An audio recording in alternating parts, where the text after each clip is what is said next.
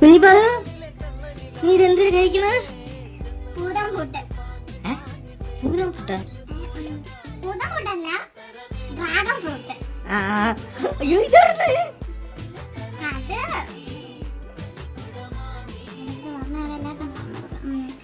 അതെനിക്ക് അമ്മ വെച്ചോണ്ടെന്ന്.